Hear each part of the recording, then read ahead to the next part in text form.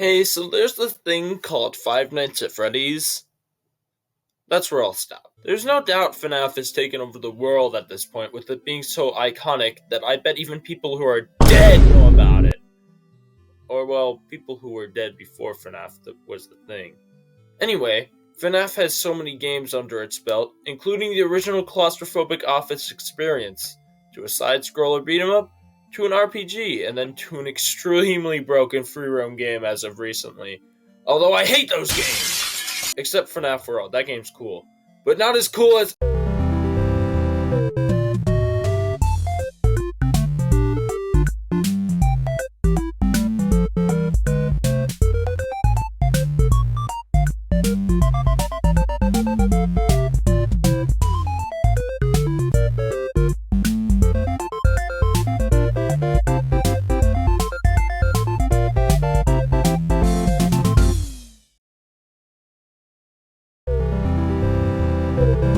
What are you doing? Trying to do McDonald's birthday tradition. Happy birthday, Griffin. Freddy Fazbear's Pizzeria Simulator, or FFPS, is the 6th installment in the FNAF series. Well, in terms of actual games, that is. It originally served as an ending to the series. Yeah, that went well. The development of this game was also a bit of a troll from Scott Cawthon, with him saying the game was cancelled and he was going to work on something new, with the website where he posted his teasers, scottgames.com, being blacked out. Oh, and FNAFworld.com too. But no one cares about that website anyway. On FNAFworld.com, a teaser image was put on the website one day, while ScottGames.com was teasing the second book, which then the Scott Games website pulled a Sonic.exe and turned static. And then Blood Red Eyes appeared, and the website said, "I'll kill you in your sleep." Wait, what? Between the months of August and November, the website would update with 3 pictures of what seemed to be Freddy with a cake with a rainbow coming out of his back, which probably implies Freddy's sexuality, close to 3 children with the same cake, and Freddy juggling pizzas. People speculated it was going to be a Pizzeria Tycoon game, which was hinted sometime in June, but then it was all but confirmed with a name drop on ScottGames.com, revealing the name of the game. Freddy Fazbear's Pizzeria Simulator. After that, the game was released 2 days later for the low price of $0, which still stands at today.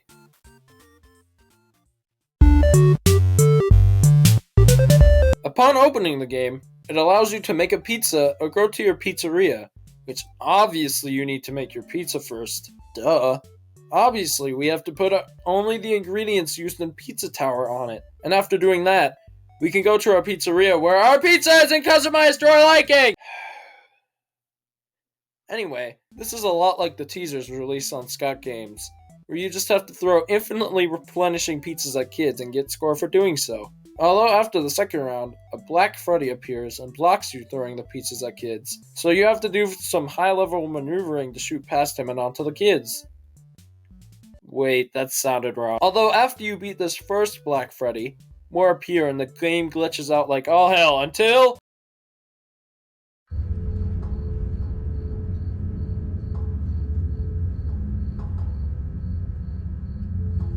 Begin tape.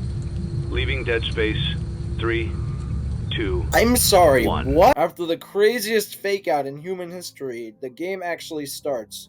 With you being talked to by this guy on a cassette tape, which, why is he in there? Oh no, get him out of there. This man is Henry. Which, why am I telling you this right now? I don't know. You're required to test this animatronic with weird audio tests provided by Henry, which is what I'll be calling this cassette tape fellow from now on, because that's who he is. You see though, this isn't any ordinary animatronic. It's Scrap Baby, which the lore behind her is very extensive, but just know, after the events of Sister Location, Annard was made, Baby was the leader, Baby turned out to be a tyrant and was kicked out, and then she had to rebuild herself using junk on the street. To be honest, Scrap Baby isn't half bad of a character. Compared to her appearance back in Sister Location, she's definitely more antagonistic, even... Begin audio prompt in 3, 2, 1.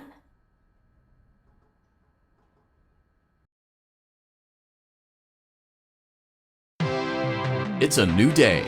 It's your time to shine. It's time to take your career into your own hands. Okay, just kidding. That was an accident. I don't know how all the spooky stuff got into this game. The game actually starts now, and you're greeted by Hand Unit, a character introduced in Sister Location.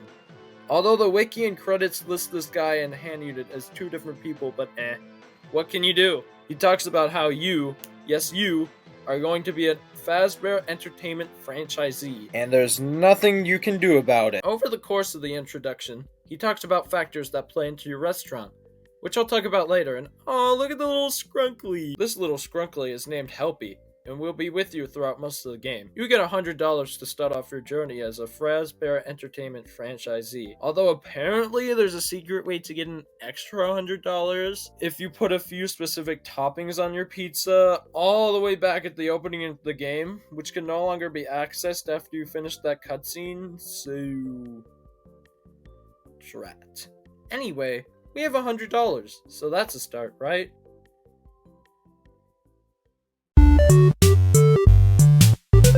Upon getting past the showing of you getting $100 free, you open into a shop, which is where you buy things to put in your pizzeria, which, oh my god, is this a pizzeria or a log cabin? The store has 4 tiers of items to go through. First, we have Dumpster Diver Weekly, which is where you buy your starting items, probably from an actual dumpster, because the animatronics here are made of literal trash.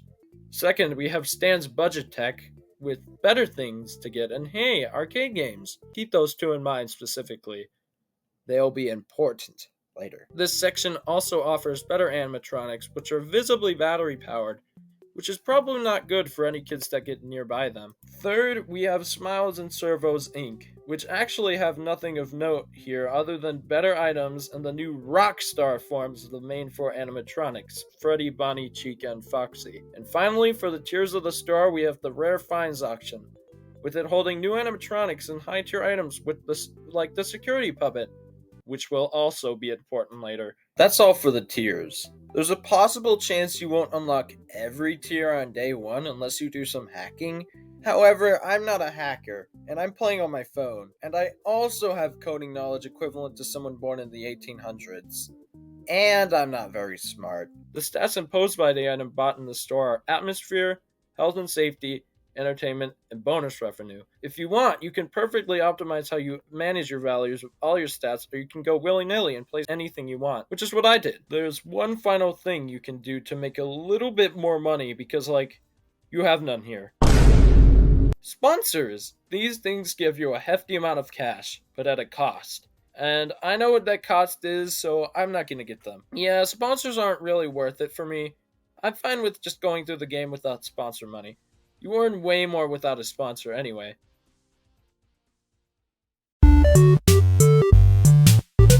Now let's set up our restaurant, which may seem daunting now with all this information I've thrown at you, but trust me, it'll all come to a head soon. And this part is quick, so it shouldn't be that bad. The stuff you buy from the store can, be placed in the restaurant you have. Placing an item for the first time increases your Faz rating, which every 1,000 Faz rating points, you get $100 extra to buy more stuff and increase your Faz rating, and rinse and repeat, until you're able to unlock every store tier on the first day. Well, not really, because again, it probably isn't possible without hacking, and everything gets more expensive the more tiers you go up, even to unlock the tiers. Maybe some madman did something like that. If that person is watching this video, just know one day I would like to shake your hand. Then slap you square across the face, because what the fuck is wrong with you? When you place down an item like the ball pit, or an arcade game, you have the chance to playtest it with these play tokens which you get every shift. Why shift? Don't worry about it. I'll explain soon. And the ball pit, you have to try and get Helpy into the ball pit, and you get a score, which helps you boost your Faz rate. Oh my god, Helpy's fucking dead! Oh no, he's fine. There's a ton here in this little pizzeria simulator, and I adore it for that. If this was ever made into its own game, I would definitely play it. But for now, I have to worry about doing it for 6 days and then dying to animatronics over and over again. Eventually, you'll run out of play tokens to playtest games, to boost your rating, and make more money, and buy more stuff from the shop, to boost your rating, and make more money, and buy more stuff from the shop, buy more stuff from the shop, make more money, buy more stuff from the shop, make more money, buy more stuff from the shop, make more money, buy more stuff to boost your rating, and buy more stuff from the shop, buy more stuff to boost your rating, and make more money, buy more stuff. Okay, stop! Jeez. Now I see how someone would unlock every shop during the first day. So once that does happen to you, well... Your restaurant is now officially open. Awesome! That doesn't mean your job is finished, however. You have a lot of work to do while patrons eat their pizza in the other room. Oh god. Yep! The gameplay switched up again. Now to the classic FNAF formula. Well, semi-classic. But we'll get there. Beside you are two vents which don't do much now, but do everything in the future nights. In front of you is a computer, which is where you have to do tasks that'll complete the night.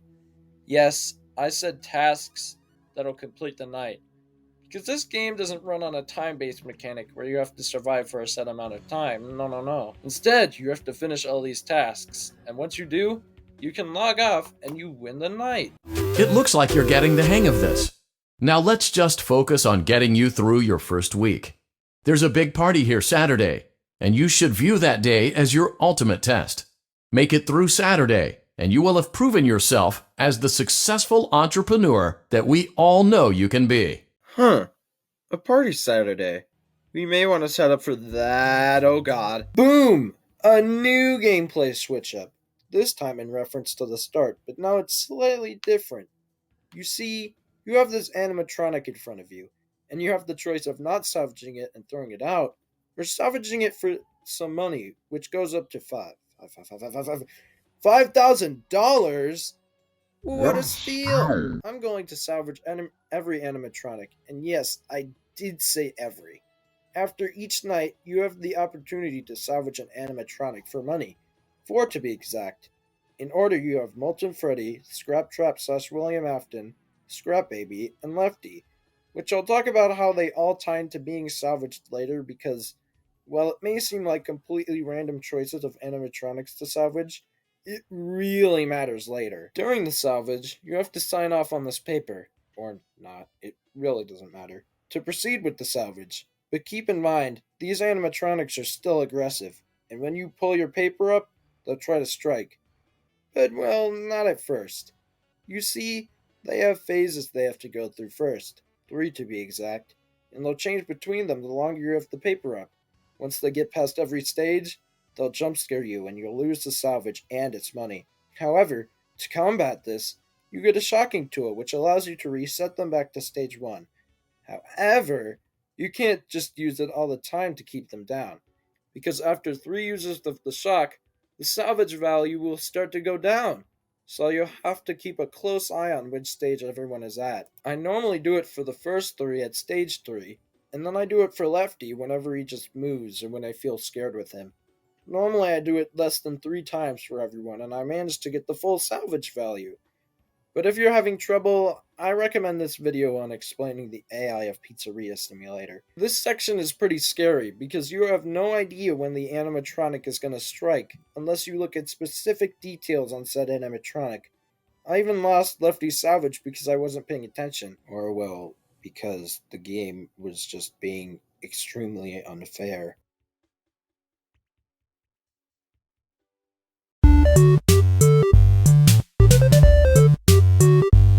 After that egregious salvaging nightmare, you get a summary of everything that happened at your pizzeria while you were doing your tasks, such as new visitors, returning visitors, and a bunch of revenue. So now I guess we can just get back to our pizzeria.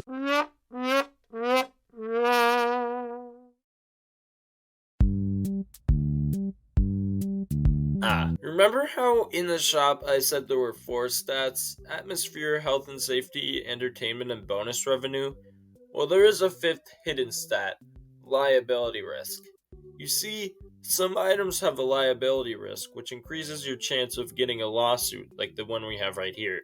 Some have a liability risk by default, like Deadmare. but some have liability risk because they're marked down. A marked down item costs less at the risk of you being sued, because they have a higher amount of liability risk, and the higher your liability risk stat is, the higher chance you have of being sued. The liability risk stat is negated by the health and safety stat. You start out with 3 by default, but the sanitation station item gets rid of those 3 liability risk points. When you are sued, you have the chance to settle or fight the lawsuit, but you have to have the right amount of money to do it. You gave it your best shot. You went all in. You put all your eggs into one basket and did the unthinkable. You ran out of cash. Well, it seems we've reached the end of the game, everyone. I was expecting it to be longer and... huh? Oh. There's more! Yeah, this is one of many endings you can get throughout this game, and this is probably the easiest one to get. Though, this isn't the actual B-roll footage I was going to use for this video. Much better. I'm trying to keep my restaurant as clean as possible, with no liability risks. One final thing about marked down items. Sometimes the marked down items can contain a salvageable animatronic in it, which then will cause you to lose out on getting that animatronic salvage, because when you get to them and their salvage part, they taunt you by saying they're already in the restaurant with a wooden sign, and you can't get any salvage value from them. So it's probably best to leave marked down items alone, since they can make you lose more money than what would be worth buying it at its full value, and you could get sued. Big no-no. The thing is that you can also get lefty through the means of not salvaging them as well, but not through marked down items. Instead, you can just buy them in the rare finds auction tier of the shop for $4. You will never live to have that clip removed from the internet. Oh yeah. It will forever infect your reputation as lefty only being $5 and it being a steal. Okay, what? Yeah. Alright. Next part.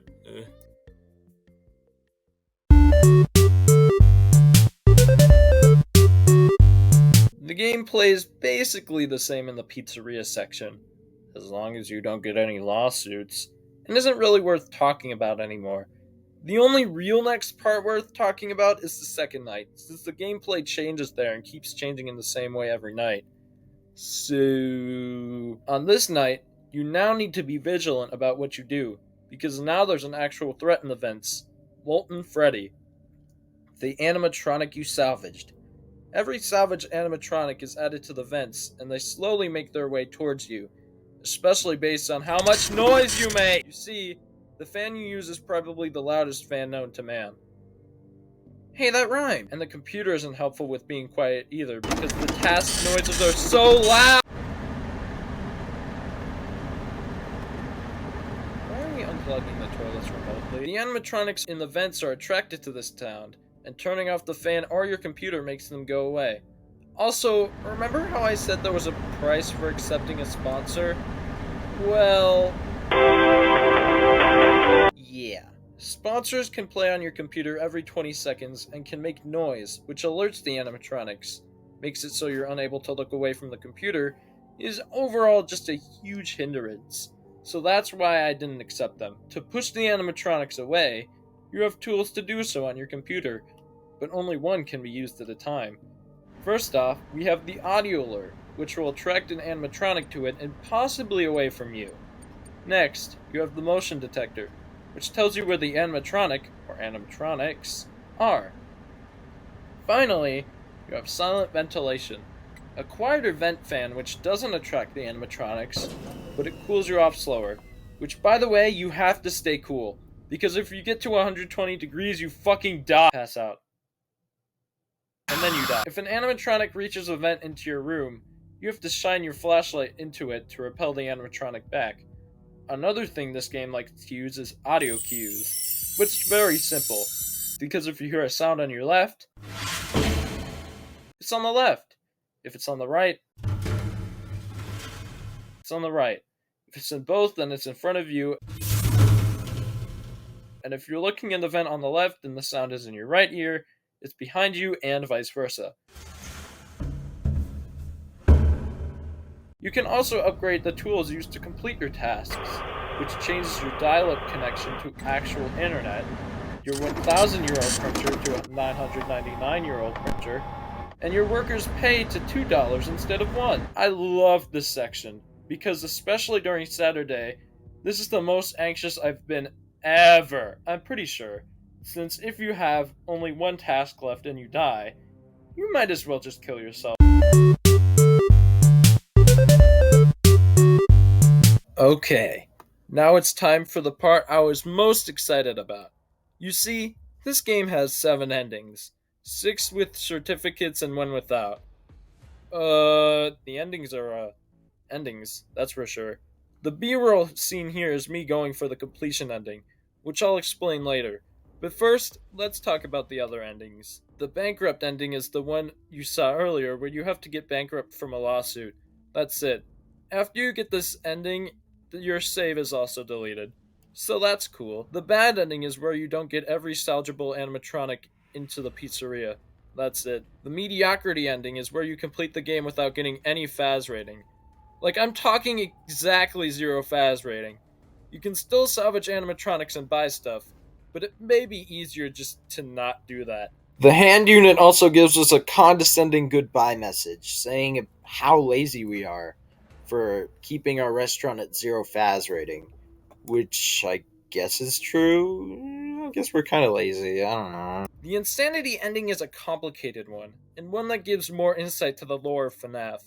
To get it, you have to purchase the egg baby item from the shop and place it down. Then, go into the night and turn off your computer. Once you do, hold down on the on button, which should not be blue.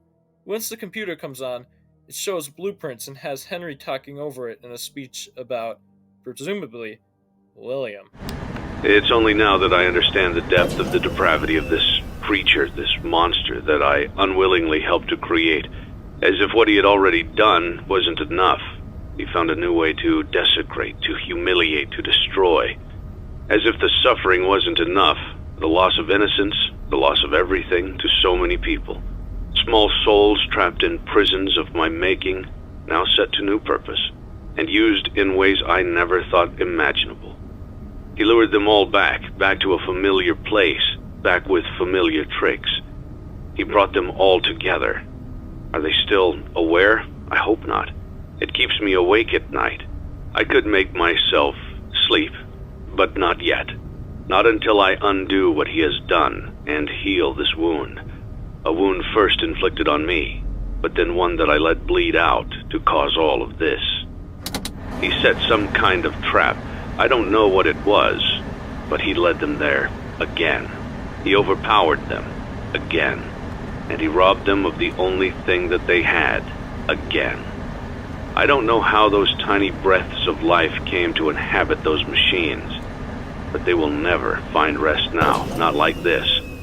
I have to call them all back, all of them, together in one place.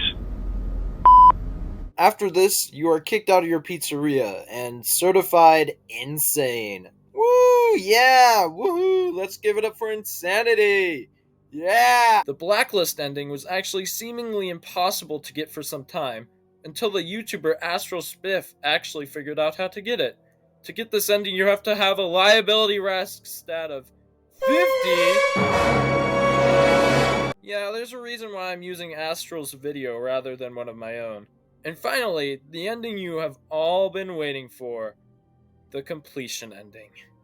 The true ending to FFPS and the highest highlight of FNAF. This ending! The ending starts off with Baby giving a small talk about being full. I don't fucking know. But then she's interrupted by Henry, and it's actually perfect. I'm sorry to interrupt The way you, it's but presented, the way it ties up every loose end, and the But I'm afraid speech. you've been informed. You are not here to receive a gift, nor have you been called here by the individual you assume, although you have indeed been called. You have all been called here, into a labyrinth of sounds and smells, misdirection, and misfortune. A labyrinth with no exit, a maze with no prize. The speech, my god, the speech. The speech given here by Henry is probably the best part of any FNAF game because it goes so fucking hard. For the one line of where you, Henry says, the darkest pit of hell has opened to swallow you like, whole. oh my god. So don't keep the devil waiting, old friend. In this speech, Henry lets it all out. The whole reason as to why this place was created, the fate of everyone inside it, and finally, you. You see, throughout this game, the person we play as is a huge mystery. Or, well, was a huge mystery. You see, the animatronics were all drawn here for a reason. Scrap Baby is possessed by Elizabeth, William's daughter. Bolton Freddy still has kids' souls inside of him from William's other victims. William as well. And Lefty as well. Lefty was created by Henry to lure and capture the puppet, to bring them to where you are, since the puppet is possessed by Charlie. Essentially, this burning down of the pizzeria is Henry's way of letting all the souls go, including himself. However, there's one person who wasn't addressed. Michael Afton, introduced literally in the last game before this one's sister location. We don't know what happened to Michael. Like, sure, we got this little secret ending in the custom night, but what does it mean? Well, the camera panning through the burnt down Fazbear's frights isn't actually Mike's POV. It's just that, a camera, with Mike's little monologue over to it. So what happened to him? Well, he's the person you play as in this game, being the final one to have been taken care of. So that means the crying child possessing Golden Freddy and his spirit being set free in FNAF 3, and everyone else's spirits being set free in this game, including Michael's and Henry's. That means FNAF's story can finally come to an end.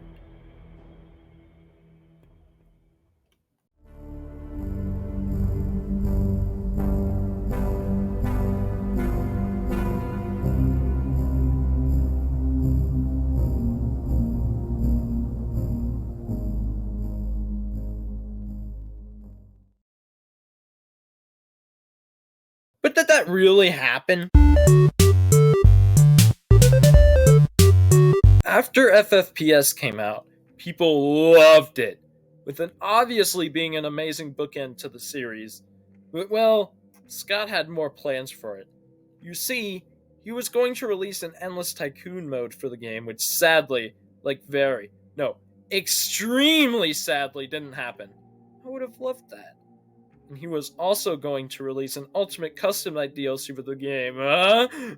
Yeah, ultimately, UCN came out as his own game because Pizzeria Simulator was so big, Scott couldn't even fit UCN in there since Click Team, the engine used to make Pizzeria Simulator and every FNAF game before it, and UCN, kept crashing and malfunctioning due to the size and girth of FFPS.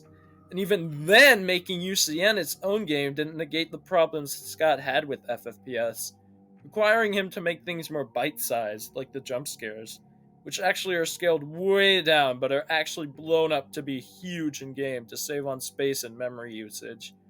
The jump scares are also low effort, but yeah. But we're not here to talk about UCN, no. This video is about FFPS, you stupid, insignificant little fuck.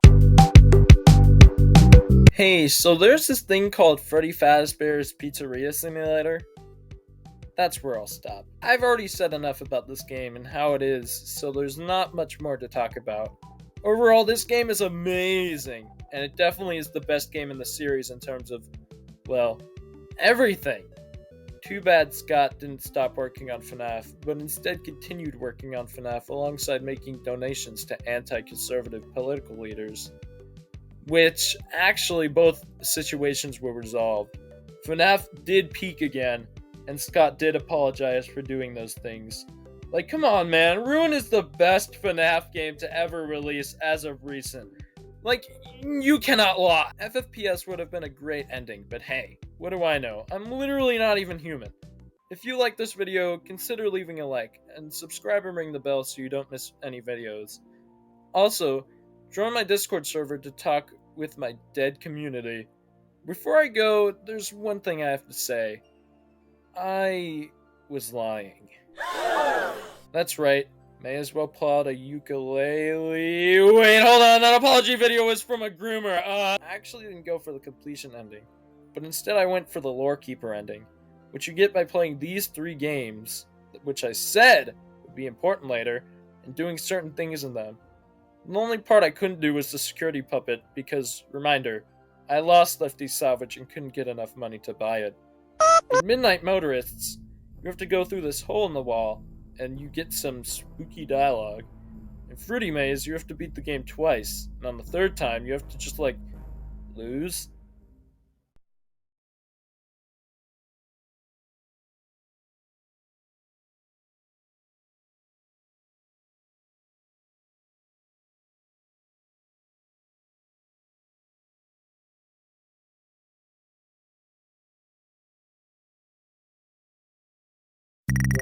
And on Security Puppet, you have to play the game 3 times. In the game, you play as the puppet and have to save a girl with a green bracelet, who isn't there until the last play session. And in that play session, she's seen outside, and you're locked inside your box. Once you break out and go outside, you break down in the rain moving over to the girl. Once you make it to her, she's already dead, and you're about to die. You see, this girl is actually Henry's daughter, Charlie Emily. She was killed by William Afton, and now the puppet rests with Charlie's dead body. Charlie proceeds to possess the puppet. Anyway, once you get all that done, you get the Lorekeeper ending. And if you get it in tandem with the completion ending, you get a screen that shows the graves of all of William's original victims sitting in the sun, finally giving them the finality they all deserve.